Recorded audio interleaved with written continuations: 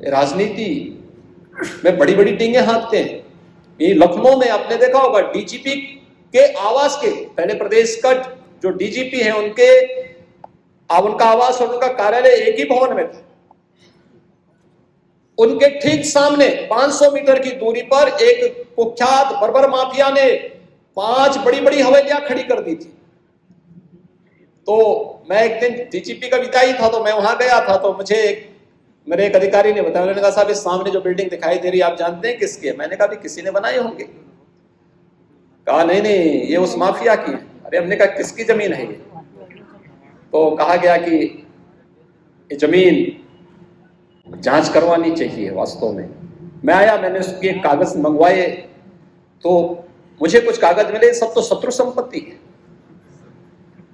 और शत्रु संपत्ति से कोई व्यक्ति कैसे कब्जा कर लेगा? तो मैंने कहा भी अब इसका एक ही उपचार है। हम लोग लड़ रहे थे, सब जगह लड़ रहे थे। मैंने कहा जब कुछ नहीं होगा तो मैंने कहा चलो बुलडोजर तो है।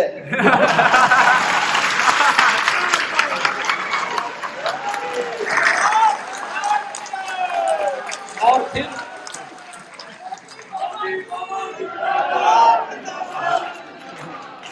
क्योंकि मैं जानता था इस बारे में कि बहुत ज्यादा पंचायत करने पर दिक्कतें हो जाती हैं।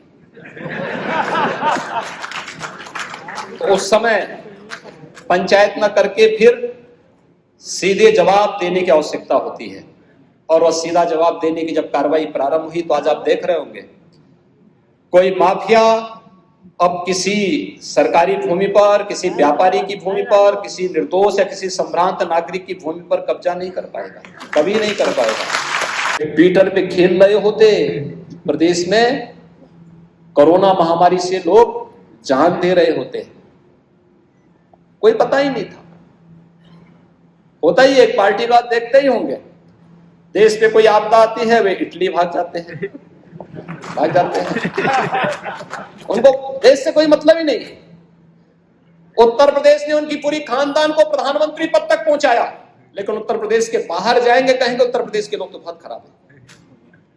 और यही स्थिति जब हिंदुस्तान के बाहर जाते हैं तो हिंदुस्तान के बारे में वही टिप्पणी करते हैं। उनको चाहिए उत्तर प्रदेश से सब कुछ, लेकिन उत्तर प्रदेश के लोगों की निंदा करना, उत्तर प्रदेश के लोगों को अपमानित करना, भारत के बाहर भारत के बारे में टिप्पणी करना, देवी देवताओं के बारे में टिप्पणी करना, राम और कृष्ण को नकार जाना उनकी प्रवृत्ति का हिस्सा है। तो एक्सीडेंटली हिंदू होगा तो यही तो होगा। और ये एक्सीडेंट बार बार जनता नहीं दोहराने देगी।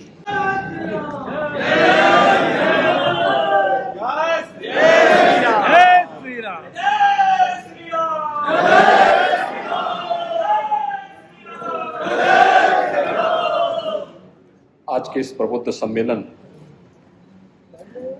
के अध्यक्ष भारतीय जनता पार्टी लखनऊ महानगर के अध्यक्ष, जब भी प्रबुद्ध समाज का चिंतन अवरुद्ध हुआ है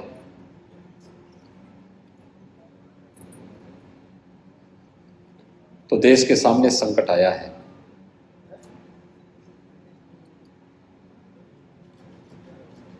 पूरा देश आत्मविस्मृति के स्थिति में पहुंचा है, और आत्मविस्मृति में पहुंचा हुआ समाज कभी अपनी स्वाधीनता की रक्षा नहीं कर पाता है। याद करिए, आज से 7 वर्ष पहले जब मोदी जी देश के प्रधानमंत्री नहीं थे,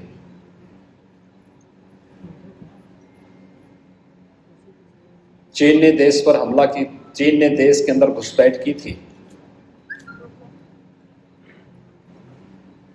और उस समय के देश के राजनीतिक नेतृत्व ने और देश के उस समय के सुरक्षा सलाहकार ने भी देश के नेतृत्व को राय दी थी कि हमें चीन को छेड़ना नहीं चाहिए।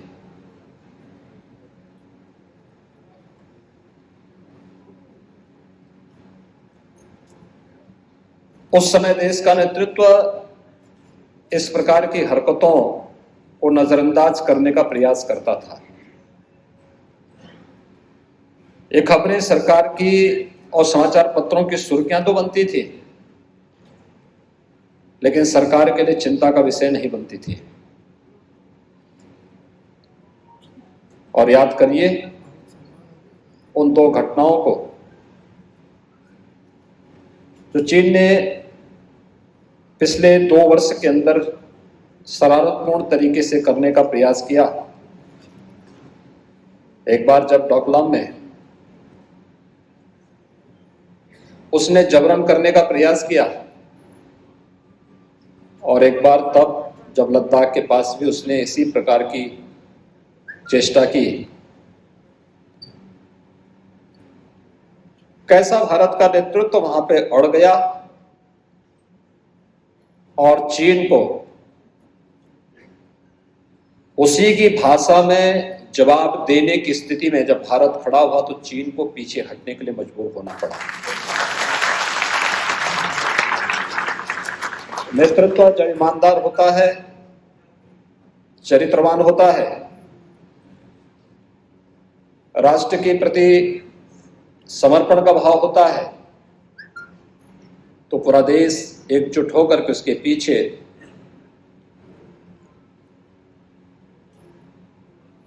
चल पड़ता है। वह एक ताकत होती है। मोदी जी की यही ताकत है। 135 करोड़ का भारत जब एक साथ बोलेगा तो दुनिया की बड़ी से बड़ी ताकतें भारत के सामने झुकने के लिए मजबूर होंगी।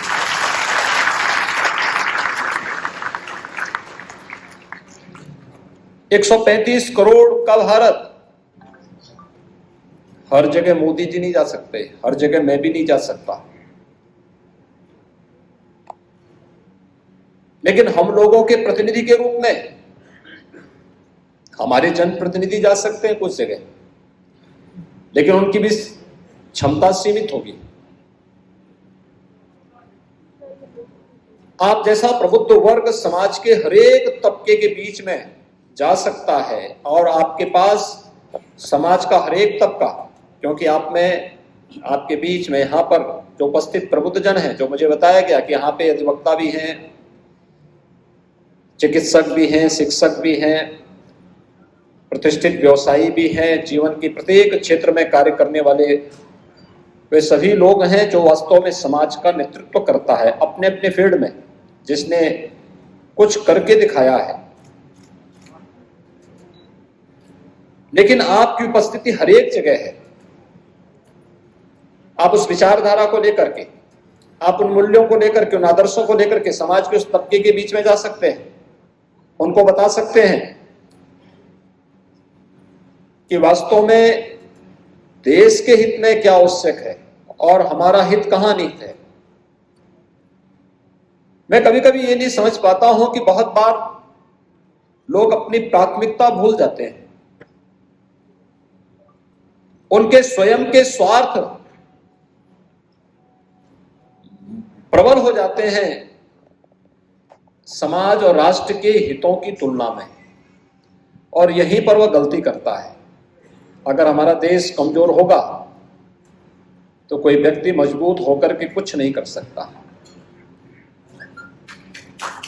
अगर ये देश मजबूत होगा तो हम सबको अपने साथ मजबूत कर लेगा, और इसलिए हम सबकी व्यक्तिगत इच्छा,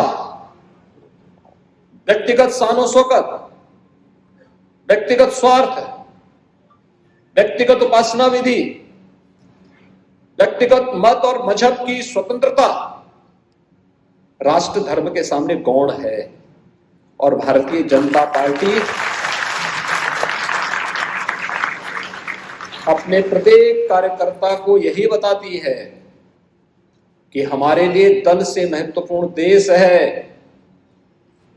व्यक्ति से महत्वपूर्ण दल है, लेकिन दल से महत्वपूर्ण भी देश है। याद करिए, भारतीय जनता पार्टी अकेली राजनीतिक पार्टी है। जब देश का लोकतंत्र खतरे में पड़ा था तो उसने भारतीय जनसंघ को उस समय लोकतंत्र की रक्षा करने के लिए भारत उस समय जनता पार्टी में समाहित कर दिया था। याद करिए, जब भ्रष्टाचार के खिलाफ लड़ाई लड़नी थी, हमने अपनी विचारधारा से ऊपर उठ करके राष्ट्रीय मोर्चा का समर्थन कर दिया था, क्योंकि इस देश को भ्रष्टाचार से मुक्ति दिलानी थी। जब इस देश में राजनीतिक अस्थिरता से मुक्ति दिलाने के लिए किसी अभियान और नेतृत्व की आवश्यकता थी, उस समय इसी लखनऊ के सांसद श्रद्धेय अटल बिहारी वाजपेयी जी आगे आए थे और उन्होंने देश में गठबंधन की सरकार और गठबंधन के एक नए युग का शुभारंभ किया था और देश के अंदर पहली सरकार बनाई थी। गठबंधन की सरकार बना करके, और गठबंधन की सरकार कैसे चल सकती है, उसके माध्यम से एक राजनीतिक स्थिरता देश के अंदर देने का कार्य भी किया। जब आवश्यकता पड़ी कि कोई व्यक्ति देश हित के विरोध में कार्य कर रहा है, देश के प्रतिकूल कार्य कर रहा है, तो डटकर उसके खिलाफ लड़ने का जज्बा भी आपने भारतीय जनता पार्टी के नेतृत्व के अंदर देखा होगा। भारत की आस्था का सम्मान होना चाहिए। भारतीय जनता पार्टी सदैव इस बात को लेकर के कही, लेकिन संविधान के दायरे में रहकर के हम इसका कार्य करें, इसको पूरा करेंगे। वह भी आवश्यकता पड़ी तो भारतीय जनता पार्टी ने करके दिखाया, और यही कहने के लिए आज मैं आपके पास आया हूं। भारतीय जनता पार्टी के कार्यकर्ता के लिए, भारतीय जनता पार्टी के लिए सत्ता प्राप्त करना और शासन करना मात्र लक्ष्य नहीं है। भारतीय जनता पार्टी उन मूल्यों, उन आदर्शों को लेकर के राजनीति में आई है जिन मूल्यों और आदर्शों पर भारतीय समाज की आस्था टिकी हुई है, भारतीय समाज का जीवन टिका हुआ है और जिस पर उसका भविष्य भी टिका हुआ है। और इसीलिए आप देख रहे होंगे कोरोना जैसी महामारी का सामना किस रूप में पूरे देश के अंदर हुआ। भारत दुनिया का विकसित देश नहीं है। हम विकास की प्रक्रिया से जुड़ करके विकसित होने की प्रक्रिया के साथ जुड़ रहे हैं। तेजी के साथ भारत विकास की प्रक्रिया के साथ आगे बढ़ा है। दुनिया के अंदर सबसे तेज उभरती हुई अर्थव्यवस्था के रूप में भारत है। दुनिया के अंदर सबसे बड़ी ताकत अमेरिका माना जाता है, और सबसे बड़ी आर्थिक ताकत भी है, सबसे बड़ी सामरिक ताकत भी है, दुनिया का दादा है, जहां मर्जी वहां कुछ भी कर सकता है। लेकिन कोरोना प्रबंधन आपने अमेरिका का देखा होगा, भारत भी आपके सामने है। अमेरिका के स्वास्थ्य का जो ढांचा है, जो स्वास्थ्य इंफ्रास्ट्रक्चर अमेरिका के अंदर है, उसकी तुलना में भारत के अंदर स्वास्थ्य सुविधा बहुत कमजोर है। लेकिन कोविड प्रबंधन कैसे होना चाहिए? इस महामारी, इस सदी की इस महामारी के कारण क्या क्या अन्य विसंगतियां पैदा हो सकती हैं? आपने देखा होगा कि भारत दुनिया का एकमात्र देश था, दुनिया में नवंबर 2019 में बीमारी आ चुकी थी। दिसंबर, जनवरी और फरवरी में आपने देखा होगा यूरोप के तमाम देश इसकी चपेट में आ गए थे। मौतों का सिलसिला प्रारंभ हो चुका था। भारत के अंदर मार्च प्रथम सप्ताह में ये बीमारी आई, फरवरी के अंत में आई, और मार्च में उत्तर प्रदेश के अंदर भी ये बीमारी देखने को मिली थी कुछ जनपदों में। और उस दौरान आपने देखा होगा कि 22 फरवरी 2020 को प्रधानमंत्री मोदी जी ने जनता कर्फ्यू का और फिर 25 मार्च से लॉकडाउन की घोषणा की थी। समय से लिया गया निर्णय, और समय से लिए गए निर्णय के साथ ही समाज का कौन तबका इससे प्रभावित होगा, उनके लिए उस प्रकार की व्यवस्था भी देना, उनके लिए उस प्रकार की सुविधा देना, चाहे वह प्रधानमंत्री गरीब कल्याण पैकेज का कार्य और पैकेज के माध्यम से गरीबों को मदद देने का रहा हो, चाहे वह आत्मनिर्भर भारत के माध्यम से स्ट्रीट वेंडर और छोटे छोटे व्यवसायियों और उद्यमियों को आर्थिक संबल प्रदान करने का रहा हो, या फिर गरीबों को अन्न की सुविधा उपलब्ध कराने का।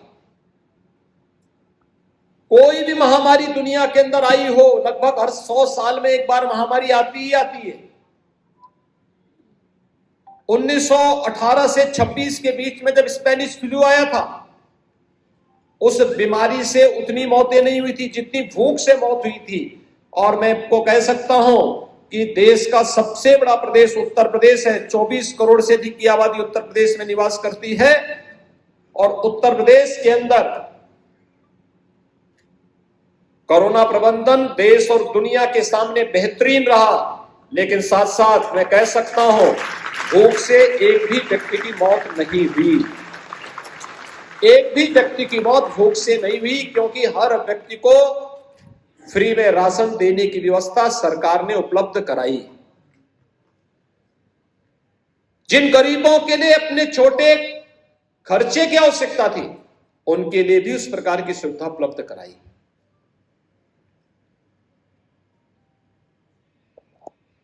आजादी के बाद देश के पूर्वोत्तर के राज्यों में क्या स्थिति थी? अलगाववाद चरम पर था। कोई राज्य वहां सुरक्षित नहीं था। असम हो, मणिपुर हो, मेघालय हो, अरुणाचल हो, नागालैंड हो, कोई भी राज्य, बड़ी अव्यवस्था थी।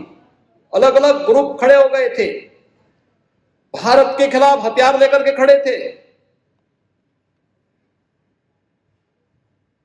7 वर्ष पहले क्या स्थिति थी? अलग ही नजारा था।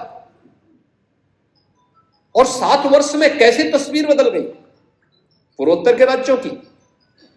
क्या स्थिति है पूर्वोत्तर के राज्यों में इस समय? असम में भारतीय जनता पार्टी की सरकार, मणिपुर में भारतीय जनता पार्टी की सरकार, अरुणाचल में भारतीय जनता पार्टी की सरकार। हर केंद्रीय मंत्री के लिए अनिवार्य है कि 15 दिन में एक बार पूर्वोत्तर के राज्यों में कैंप करेगा, रात्रि को रुकेगा, वहां पर चल रही विकास योजनाओं की समीक्षा करेगा और वहां की जनता के साथ संवाद भी करेगा। आजादी के बाद यही तो संवाद नहीं हुआ था, जिस संवाद को मोदी जी ने पूर्वोत्तर के राज्यों के साथ प्रारंभ किया, उनके अंदर एक आत्मीयता का भाव पैदा किया। आज पूर्वोत्तर भारत के साथ जुड़ने में उतावला महसूस करता है। आज वहां के जितने भी अलगाववादी संगठन थे, इन सब ने हथियार डालने प्रारंभ कर दिए। ज्यादातर डाल चुके हैं, जो बचे हुए वे भी डालेंगे। भाइयों बहनों, नेतृत्व पर निर्भर करता है वह देश को किस दिशा में लेके जाना चाहता है, कैसे और कहां ले जाना चाहता है। और अगर नेतृत्व ईमानदार है, चरित्रवान है, राष्ट्र के प्रति अपनी प्रतिबद्धताओं के लिए जाना जाता है, तो पूरा देश उसके पीछे पीछे चल पड़ता है। फिर उत्तर हो या दक्षिण, पूरब हो पश्चिम, वह एक भारत श्रेष्ठ भारत की कल्पना को साकार करता है। और यही तो भारतीय जनता पार्टी ने किया है, यही मोदी जी ने किया है। उत्तर प्रदेश में आप सब रहते हैं। उत्तर प्रदेश की स्थिति आप में से किसी से छुपी भी नहीं है। उत्तर प्रदेश 2 चीजों के लिए जाना जाता था। मुझे याद है, मुख्यमंत्री बनने के पहले मुझे 5 बार गोरखपुर से सांसद बनने का अवसर प्राप्त हुआ था, और मैं जानता था एक एक समस्या के लिए कितना जूझना पड़ता था, कितना जूझना पड़ता था। बिजली तो आती ही नहीं थी।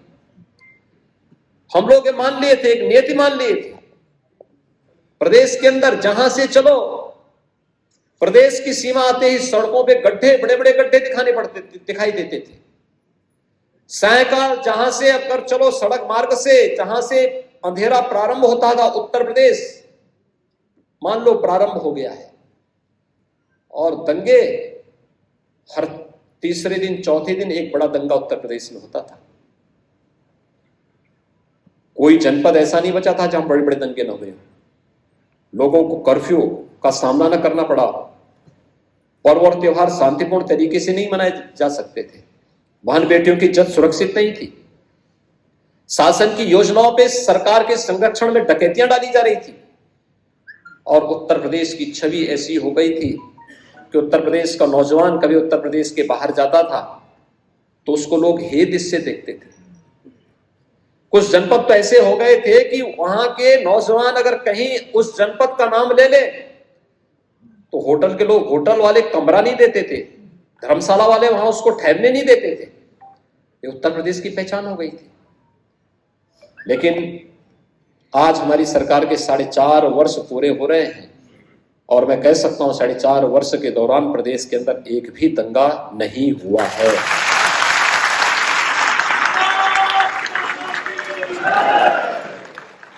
इस सुरक्षा का एक वातावरण, इस सरकार ने किसी पे उपकार नहीं किया, इस सरकार की ड्यूटी थी, इस सरकार का जो कर्तव्य था सरकार ने वही किया है, और जिसके लिए आपने भारतीय जनता पार्टी को वोट दिया था, समर्थन दिया था, उसके प्रति कृतज्ञता ज्ञापित करते हुए सरकार की ओर से यह देश प्रदेश को दिया गया है कि आपने समर्थन दिया, बदले में सुरक्षा का वातावरण देना हमारा कार्य है। इस 4.5 वर्ष हमारे पूरे हो रहे हैं आज, और मैं आपसे कह सकता हूं 4.5 वर्ष में 1.5 वर्ष तो कोरोना ने खाए, मात्र 3 वर्ष हमें मिले थे, और इन 3 वर्षों के दौरान प्रदेश के अंदर परिवर्तन हर एक स्तर पर देखने को मिला है। ये लखनऊ उत्तर में ही नहीं, लखनऊ में भी, लखनऊ तो प्रदेश की राजधानी है, आप सुदूर चित्रकूट में चले जाइए, ललितपुर में चले जाइए, सहारनपुर में चले जाइए, पश्चिमी उत्तर प्रदेश में चले जाइए, वहां तक सरकार कभी पहुंचती ही नहीं थी, कभी पहुंचती नहीं थी। कोई उन लोगों का हालचाल लेने वाला नहीं था। सरकार की योजनाओं को कौन बनाता था? सरकार में बैठे हुए अधिकारी और सरकार में बैठे हुए मंत्री नहीं बनाते थे। उन योजनाओं को बनाने के लिए सत्ता से घिरे हुए माफिया और सत्ता से घिरे हुए कॉन्ट्रैक्टर तय करते थे कि कौन योजना बननी है, कौन नहीं बननी है। मंत्री को पता ही नहीं। मुझे याद है समाजवादी पार्टी की सरकार थी और मैं गोरखपुर रेलवे स्टेशन पर बैठा हुआ था, तब तक उत्तर प्रदेश के कृषि उत्पादन आयुक्त का मतलब आप जानते होंगे, ये चीफ सेक्रेटरी के बाद का जो सबसे सीनियर अधिकारी होता है। कृषि उत्पादन आयुक्त तो पूर्वी उत्तर प्रदेश के विजिट पे आए थे, मैं सांसद था। पहले सरकार के मंत्री आए, उस समय के कृषि मंत्री आए, वो गोरखपुर के रहने वाले थे। आए तो मैंने उनको ही बिठाया, मैंने कहा बैठो। हम बैठे थे, बातचीत कर रहे थे, तब तक कृषि उत्पादन आयुक्त आए, वो भी बैठ गए। उन्होंने मुझसे परिचय लिया, आपस में हमारा परिचय हुआ। परिचय होने के बाद मैंने उनसे कहा, मैंने कभी यहाँ पे कुशीनगर जिले में गन्ने की फसल पर कुछ बीमारी लगी थी, तो मैंने उनसे कहा, मैंने कभी यहाँ पे मैंने सुना है कि कुशीनगर में गन्ने की फसल में कुछ कीड़े लगे हुए हैं, आप लोग आए हैं, अच्छा होता आप लोग इसका भी एक बार समीक्षा कर लेते। उन्होंने कहा जानकारी नहीं हम करते। तो मैंने उनसे पूछा, मैंने कभी क्या कृषि मंत्री को भी जानकारी नहीं? मैंने कृषि मंत्री से पूछा, मैंने कभी क्या आपने कृषि उत्पादन आयुक्त को बताया? नहीं। कहा कौन है कृषि उत्पादन आयुक्त? अरे मैंने कहा कृषि उत्पादन आयुक्त को आप पहचानते नहीं? तो कहे साहब मैं 6 महीने से कार्यालय नहीं गया हूं। मैं भौचक था, मैं सही बता रहा हूं, मैं भौचक था। 6 महीने से मंत्री कार्यालय नहीं गया, उनको अपने विभाग के सचिव के बारे में जानकारी नहीं, उनको कृषि उत्पादन आयुक्त के बारे में जानकारी नहीं, और वो कृषि मंत्री है। मैं समझ गया प्रदेश की सरकार कैसे चल रही है। भाइयों बहनों, यही होता था। जब परिवार की सरकार होगी, जातिवादी मानसिकता से सरकार कार्य करेगी, बेईमानी और भ्रष्टाचार जब सरकारों के सिर चढ़ करके बोलेगा, और सरकार अपने निहित स्वार्थों के लिए पेशेवर अपराधियों और माफियाओं की सरपरस्ती को स्वीकार करेगी तो पहचान का संकट खड़ा होगा, विकास अवरुद्ध होगा। आम जन के सामने पहचान का संकट खड़ा होगा। नौजवानों के सामने अपने भविष्य को संवारने की बजाय भविष्य के लाले पड़ते हुए दिखाई देंगे। और यही तो उत्तर प्रदेश में हो रहा था। 14-15 वर्षों तक यही उत्तर प्रदेश के अंदर हुआ है। मुझे आश्चर्य होता है आज जब मैं विपक्ष के मुंह से विकास की बात सुनता हूं, मुझे तब ताज्जुब होता है और इस बीच लगता है कि कम से कम देखा देगी कुछ तो बोल पा रहे हैं। नहीं तो विकास तो इनके मुंह से सुनने को मिलता ही नहीं था। मुझे याद है, तब भी मुझे याद है जब पूर्वी उत्तर प्रदेश में बाढ़ आती थी, भयंकर बाढ़ में डूबा रहता था, इंसेफ्लाइटिस की चपेट में प्रदेश रहता था, डेंगू की चपेट में रहता था। और मैं देखता था कि सभी फिल्मी हस्तियां सेफई में आकर के नाच गाने का मंचन कर रहे हैं। ये भी दृश्य हम लोगों ने देखा है। प्रदेश का पूरे विकास का पैसा एक जगह केंद्रित होकर के रह जाता था। आम जन को उन विकास के कार्यों से कोई सरोकार नहीं, केवल अपने व्यक्तिगत पुष्टि के लिए सब योजनाएं बनती थी।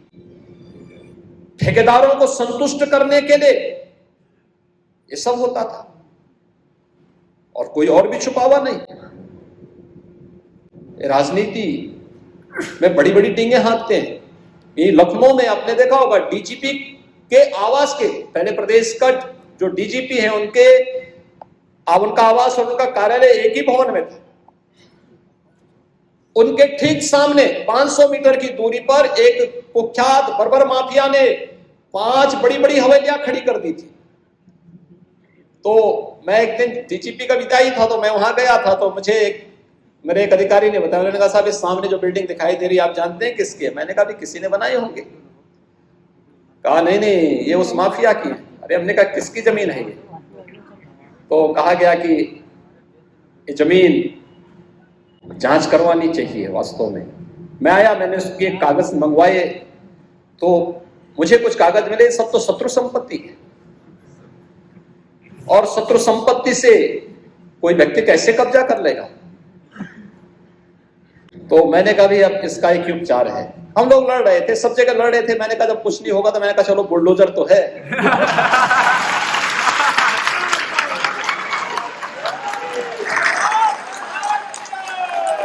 और फिर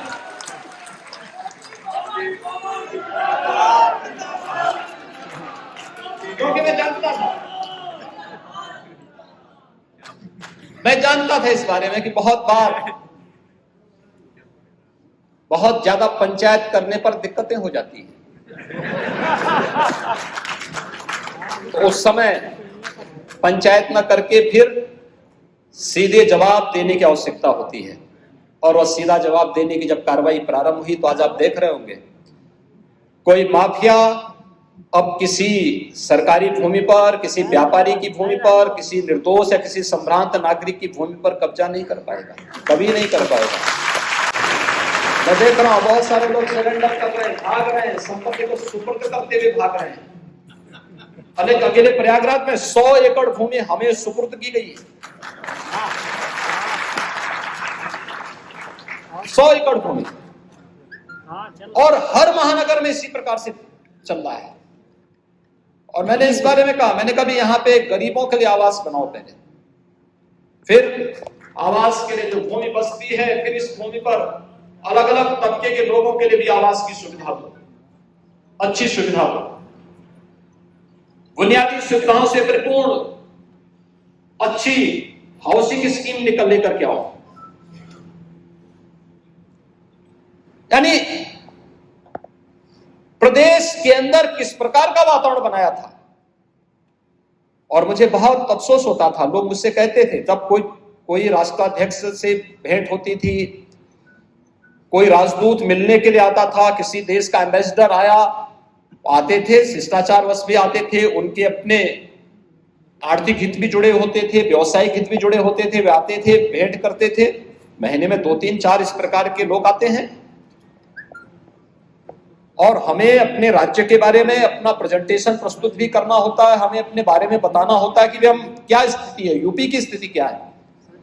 मुझे बहुत संकोच होता है, लोग कहते थे कि यूपी के बारे में क्या स्थिति है, तो मुझे बोलना पड़ता है यूपी देश का सबसे बड़ा जो है जनसंख्या वाला राज्य है, लेकिन इकोनॉमी क्या है। तो हम बड़े संकोच से कहते थे कि छठी अर्थव्यवस्था है, हम छठे नंबर पर हैं। भाइयों बहनों, आज मैं कह सकता हूं उत्तर प्रदेश ने जो छलांग लगाई है, आज उत्तर प्रदेश देश की नंबर 2 की अर्थव्यवस्था है। अगर प्रयास नहीं होते तो हम भी वहीं पड़े रहते जहां छठे नंबर पर थे, हो सकता उससे ही पीछे जाते। एक स्वस्थ प्रतिस्पर्धा देश के अंदर खड़ी की है प्रधानमंत्री जी ने। उत्तर प्रदेश आज मजबूती से उसमें आगे बढ़ रहा है। व्यवसाय की सुगमता, सरकारी नौकरी कहां से मिलेगी इस नौजवानों के लिए। 4.5 लाख नौजवानों को हमने सरकारी नौकरी दी। एक भी नौकरी पर कोई प्रश्न नहीं खड़ा कर सकता। पूरी पारदर्शी तरीके से, ईमानदारी पूर्वक हर एक नौजवान को जिस योग्यता और क्षमता का था उसको नौकरी वहां पर दी गई। और ये केवल एक जनपद का नहीं, आप प्रदेश के अंदर किसी भी जनपद में आप जाएंगे, वहां का नौजवान, बड़ी भारी संख्या में नौजवानों को सरकारी नौकरी मिली है। तो प्रदेश के अंदर जो सुरक्षा का बेहतर वातावरण बना, निवेश की स्थिति पैदा हुई, उससे भी निजी क्षेत्र में भी नौकरी के साथ साथ रोजगार की व्यापक संभावनाएं प्रदेश के अंदर बनती भी दिखाई दी। लोगों ने रोजगार और नौकरी पाई। हमने परंपरागत उद्यम को भी आगे बढ़ाया, बैंकों के साथ उसे जोड़ा और आज उसका भी परिणाम हमारे सामने देखने को मिल रहा है, बड़े पैमाने पर देखने को मिल रहा है। उत्तर प्रदेश एक्सपोर्ट का हब बन जाए, लोग देख के आश्चर्य करते हैं। अभी कल ही जीएसटी काउंसिल की बैठक थी लखनऊ में, और जीएसटी काउंसिल की बैठक में देश के सभी वित्त मंत्री आए थे, केंद्रीय वित्त मंत्री जी भी थी और सभी राज्यों के वित्त मंत्री भी आए थे। वे सभी इस बात पर भौचक थे कि अरे Uttar Pradesh revenue surplus state बन जाए, उनके लिए कल्पना थी, लेकिन उत्तर प्रदेश ने वह करके दिखाया है, वह सब करके दिखाया है। और उत्तर प्रदेश में किसी चीज की कमी भी नहीं होने दी। आज तो उत्तर प्रदेश अटल जी के नाम पर मेडिकल यूनिवर्सिटी हम लखनऊ में बना रहे हैं, कार्य युद्ध स्तर पर चल रहा है। उत्तर प्रदेश में जब हम लोग आए थे, 75 जनपदों में से मात्र 12 जनपद ऐसे थे जहां पर सरकारी मेडिकल कॉलेज बना था। बाकी जनपद कोई प्रोत्साहन नहीं था। 53 जनपदों में मेडिकल कॉलेज की स्थिति नहीं थी, डिस्ट्रिक्ट हॉस्पिटल भी नहीं संचालित होते थे, एक भी जनपद में एडवांस लाइफ सपोर्ट एम्बुलेंस नहीं थी, यानी कार्डियक एम्बुलेंस नहीं थी। आज याद करिए, अगर 17 के पहले दुर्भाग्य से ये कोरोना आ गया होता, क्या स्थिति होती, किस प्रकार की स्थिति होती। कोरोना के दौरान पहली लहर में तमाम झंझावतों के बावजूद हम लोग सुरक्षित थे। सेकेंड वेव में जब आई, उसके ठीक पहले मैं भी चुनावी रैलियों में बाहर इतनी व्यस्त रहा, अलग अलग राज्यों में, कहीं से मैं भी उसकी चपेट में आ गया था। और वह 12-14 दिन मेरे लिए कितने कठिन थे। मैं ईश्वर से ये प्रार्थना कर रहा था कि नेगेटिव जैसे मेरा आए, मैं थोड़ा फील्ड में निकलूं तो कहां है कोरोना। और आप आश्चर्य करेंगे कि जैसे ही नेगेटिव रिपोर्ट आई, मैं अगले दिन फील्ड में निकल गया था। एक एक जनपद में, एक एक गांव में, एक एक कस्बे में जाता था, लोगों से बातचीत करता था, वहां की व्यवस्थाओं के बारे में टीम को प्रोत्साहित करता था। संसाधन कम है तो संसाधन बढ़वाने की व्यवस्था करके फिर मैं वापस आता था।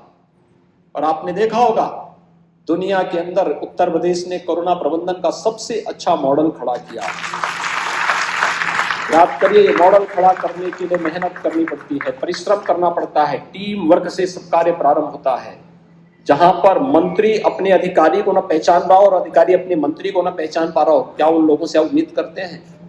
वे ट्विटर पे खेल रहे होते, प्रदेश में कोरोना महामारी से लोग जान दे रहे होते, कोई पता ही नहीं था।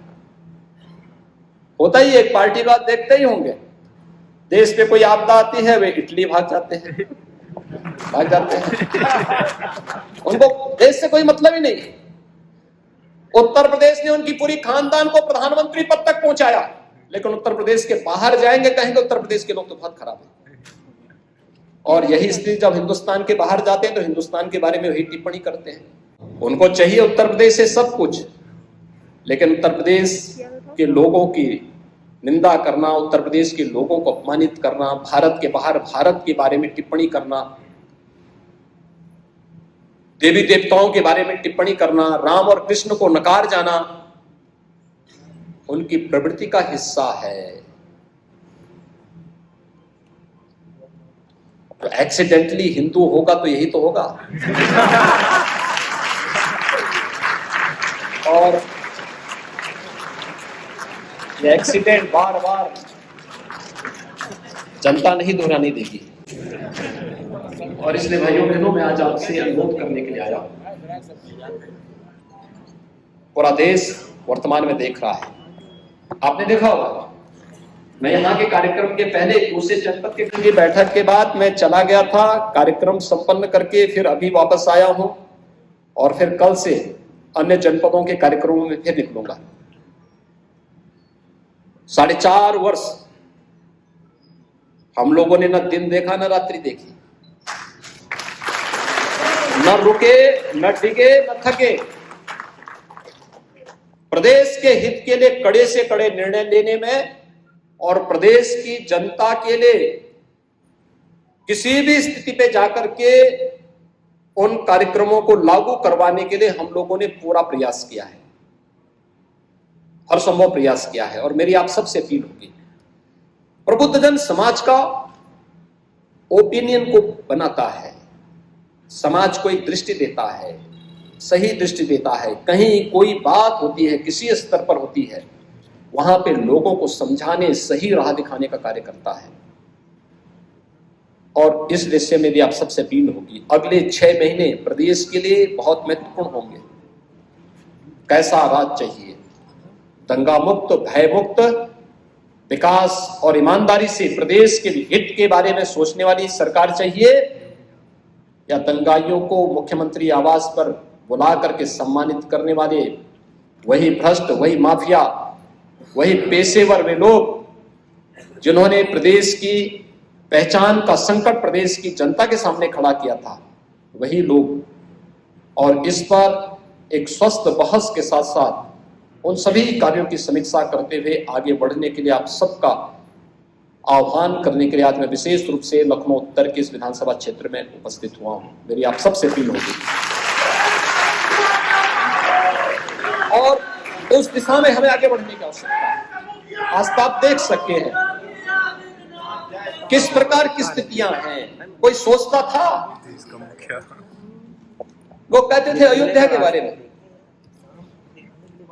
लोग कहते थे जब मैं मुख्यमंत्री बना, मुख्यमंत्री बनने के बाद दीपावली आई, दीपावली के पहले 15 दिन पहले हमारे सभी प्रशासनिक अधिकारी आए, चीफ सेक्रेटरी, सब लोग। इन्होंने कहा साहब दीपावली के दिन सभी अधिकारी आपको दीपावली की का विश करने के लिए आना चाहते हैं। मैंने कहा मैं दीपावली के दिन लखनऊ में संभवतः बाहर रहूंगा, क्योंकि मैं कुछ जनजातीय बच्चों के बीच में कार्यक्रम करता हूं, तो वहीं रहूंगा।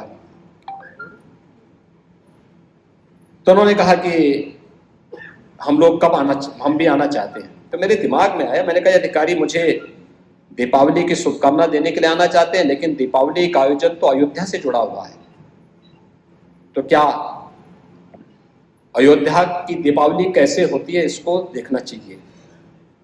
मैंने अपनी एक टीम भेजी वहां अयोध्या। मैंने कहा जाके देखो अयोध्या में क्या होता है। उन्होंने कहा साहब अयोध्या में कुछ नहीं होता है। फिर मैंने टीम से कहा, मैंने कहा एक बार थोड़ा संतों से बातचीत करके उनके मन को टटोलिए, क्या उनके मन में है। वे चाहते क्या है। खैर उनके मन में था भी नहीं, कुछ भी नहीं था, तो मैंने कहा उनको एक बात बोलो कि हम एक आयोजन अयोध्या में करना चाहते हैं, क्या वे सभी लोग मंच पे आएंगे और मुझसे एक बार टेलीफोन से बात करवा देना। मैंने जब टीम के सामने, प्रशासनिक टीम के सामने बात रखी, उन्होंने कहा साहब अयोध्या जाने में बड़ी बदनामी होगी। मैंने कहा अयोध्या जाने में कौन बदनामी होगी? तो कहा नहीं बदनामी होगी। मैंने कहा देखो अयोध्या के लिए हम बदनाम भी सहने के लिए तैयार हैं। एक बार मैं जाऊंगा, इस बार की दीपावली अयोध्या में होगी और भव्य दीपावली मनाएंगे, और दीपावली के उस आयोजन के साथ जुड़ना है। तो अधिकारियों ने कहा, मेरे टीम थी, मैंने उससे कहा, मैंने कहा ये काम करो 51,000 दीपक जलाने की व्यवस्था करो। अयोध्या और उसके आसपास के जनपदों में नहीं मिले, पूरे प्रदेश से इकट्ठा हमें करवाना पड़ता। आपने देखे ही होंगे अयोध्या की दीपावली, आज वो देश के लिए एक आयोजन बन गया। जन भावनाएं कैसे उमड़ती है जब नेतृत्व देश का यशस्वी होता है। 500 वर्षों की जमी हुई बर्फ कैसे पिघल गई। आपने देखा एक झटके में अयोध्या में राम जन्मभूमि का सारा विवाद समाप्त। आज मंदिर के निर्माण कार्य युद्ध स्तर पर चल रहा है। मंदिर का निर्माण ऐसा हो रहा है 1000 वर्षों तक कुछ भी हो जाए मंदिर की नींव नहीं हिल पाएगी। ऐसा भव्य मंदिर, दुनिया का सबसे भव्यतम, सबसे सुरक्षित स्थल के रूप में अयोध्या में राम मंदिर के निर्माण का कार्य हो रहा है। आपने देखा होगा किस प्रकार की स्थिति है अयोध्या में। लोग कहते थे कि फैसला हो जाएगा तो ये हो जाएगा। मैंने कहा यार देखो ये सब की चिंता मत करो। सभी अधिकारी कहते थे कहा साहब फैसला हो जाएगा तो ऐसा ना हो। हमने कहा देखो सब चिंता मत करो, सब मैं संभालूंगा। और लोग बोलते थे, कोई बोलता था खून खराबा हो जाएगा। मैंने कहा देखो एक मच्छर भी नहीं मरेगा उस दिन, देखना एकदम शांत रहेगा। मैं सही बता रहा हूं।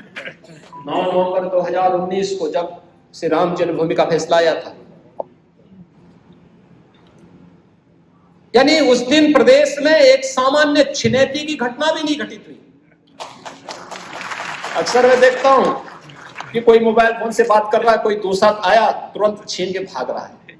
उस दिन ये भी नहीं हुआ। राम राज्य का दिन था, सचमुच राम राज्य का दिन था, और हम सबको गौरव की अनुभूति होनी चाहिए।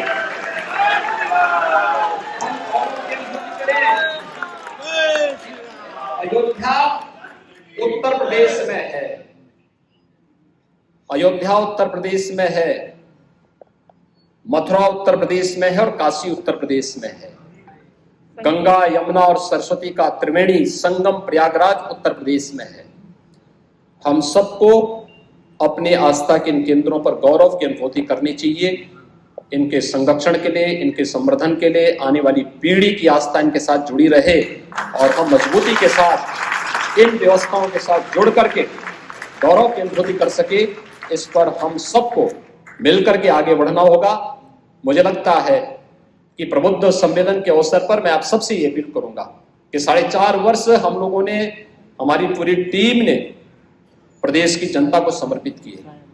अगले 6 महीने में आपसे भी चाहूंगा कि आप लोग भी भारतीय जनता पार्टी के इस मिशन का हिस्सा बने। देखिए मिशन का हिस्सा बनने के लिए ये मत सोचिए कि कोई मुझे कहेगा तभी मैं करूंगा, या कहीं कुछ हो रहा है, कोई देश को, समाज को, किसी सामान्य नागरिक को या समाज की कहीं क्षति कर रहा है, तुम्हारे मुंह से शब्द कतई नहीं निकलना चाहिए कि मेरा तो क्या। ये कभी नहीं। जब भी ये शब्द निकले हैं, देश कभी आगे नहीं बढ़ पाया है, कभी नहीं। हमारा तो एक ही भाव होना चाहिए कि नहीं, हम ठीक है, एक व्यक्ति के नाते, एक पारिवारिक नागरिक होने के नाते आप लोगों का दायित्व बनता है कि अपने परिवार की देखभाल करें, उनकी सुरक्षा करें, उनकी अच्छी खुशहाली के लिए कार्य करें। लेकिन समाज के लिए भी और देश के लिए भी हमें सोचना होगा, उसके प्रति भी अपनी प्रतिबद्धताओं को दोहराना पड़ेगा, आगे बढ़ना पड़ेगा। क्योंकि अंततः हमारी व्यक्तिगत सुरक्षा, हमारे परिवार की सुरक्षा नीत होती है समाज और राष्ट्र की सुरक्षा पर। अगर समाज सुरक्षित है, हम भी सुरक्षित हैं, हमारा देश सुरक्षित है तो हम सब भी सुरक्षित हैं, और ये भाव हमारे मन में सदैव बना रहना चाहिए। इस राष्ट्र धर्म के लिए अगले 6 महीने आप सबसे देने के लिए अपील करते हुए मैं इस प्रबुद्ध सम्मेलन के आयोजकों को हृदय से बधाई देता हूं। धन्यवाद। जय हिंद।